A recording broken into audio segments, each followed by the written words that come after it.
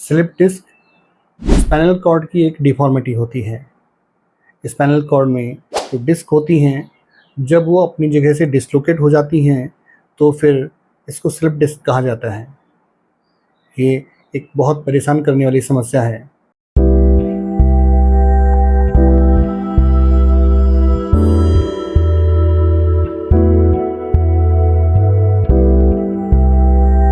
Slip disc का homeopathy में पूरी तरह से इलाज संभव है। नमस्कार दोस्तों, मैं हूं डॉक्टर संजय सुंदरियाल और आज मैं आपसे बात करूंगा स्लिप डिस्क की प्रॉब्लम के बारे में।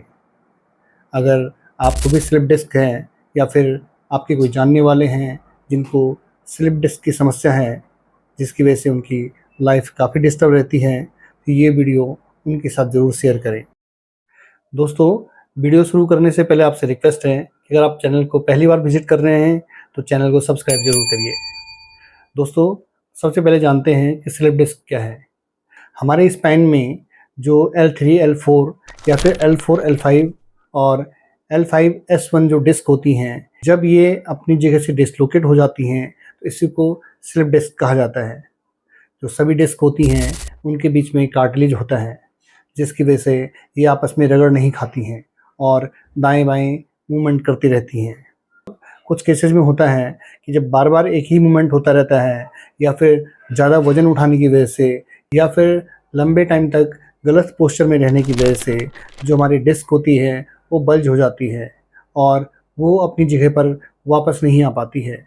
इसी को स्लिप डिस्क कहा जाता है। इसकी वजह से नर्व कंप्रेस होती है और फिर हमें दर्द का सामना करना पड़ता है। तो दोस्तों, आइए बात करते हैं कि इसमें क्या क्या लक्षण होते हैं। सबसे पहले जो इसमें है, आपके लोअर बैक में काफ़ी दर्द हो सकता है। ये दर्द आपके हिप से होते हुए थाई के बैक में और नीचे टांग की तरफ जा सकता है। आपको दर्द के साथ जलन हो सकती है और पैरों में ऐंठन या अकड़न हो सकती है। कुछ लोगों में इसकी वजह से पाँव में कमजोरी महसूस होती है। उन्हें लगता है कि जैसे पैर की स्ट्रेंथ कम हो गई है। ज़्यादातर लोगों में देखने में आता है कि स्लिप डिस्क का पेन एक ही साइड में होता है, लेकिन कुछ लोगों में दोनों पैरों में देखने को मिल सकता है। दोस्तों, अब बात करते हैं इस वीडियो के महत्वपूर्ण हिस्से की। कौन कौन सी होम्योपैथिक दवाइयाँ हैं जो कि स्लिप डिस्क को पूरी तरह से ठीक कर सकती हैं। पहली दवा का नाम है रूटा। अगर आप एक ही मूवमेंट को बार बार करते हैं, जिसकी वजह से कि आपको स्लिप डिस्क होने लगता है, आपकी डिस्क बल्ज हो जाती है, उसमें रूटा बहुत बेहतरीन काम करती है। इसके साथ ही अगर आपके पैरों में स्ट्रेंथ की कमी हो, आपको लगे कि जैसे पैरों में जान नहीं है, पैर थके और कमज़ोर महसूस हों, तो इसके लिए रूटा 200 को आप 2-2 ड्रॉप सुबह, दोपहर और रात में लीजिए। इससे आपका स्लिप डिस्क पूरी तरह से ठीक हो जाएगा।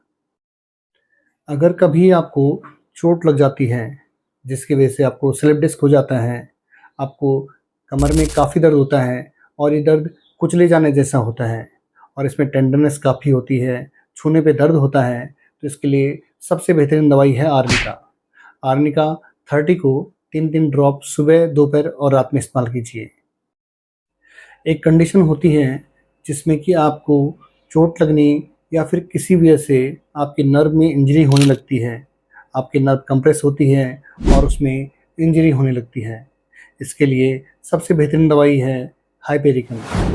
हाइपेरिकम को 200 की पोटेंसी में 2-2 बूंद सुबह, दोपहर और रात में इस्तेमाल कीजिए। इससे आपकी नर्व इंजरी पूरी तरह से ठीक हो जाएगी। दोस्तों, अगर आपको स्लिप डिस्क है और आपका जो पेन है वो लंबर और सैक्रल रीजन में होता है, आपको खांसने में दर्द बढ़ता है और जो आपका बल्ज होता है वो आगे की तरफ होता है, इसके लिए सबसे बेहतरीन दवाई है अमोनियम कार्ब। अमोनियम कार्ब को 30 पोटेंसी में 3-3 ड्रॉप सुबह, दोपहर और रात में इस्तेमाल कीजिए। इससे आपका दर्द पूरी तरह से ठीक हो जाएगा। अब बात करते हैं स्लिप डिस्क की सबसे बेहतरीन दवाई रस्टॉक्स के बारे में। बहुत सारे लोग होते हैं जो कि जिम जाते हैं, बहुत लोग मजदूरी करने वाले होते हैं या फिर कई लोग हैं जिनको कि एक्सरसाइज करने की वजह से उनमें स्लिप डिस्क की समस्या हो जाती है। इसके लिए सबसे बेहतरीन दवाई है रस्टॉक्स।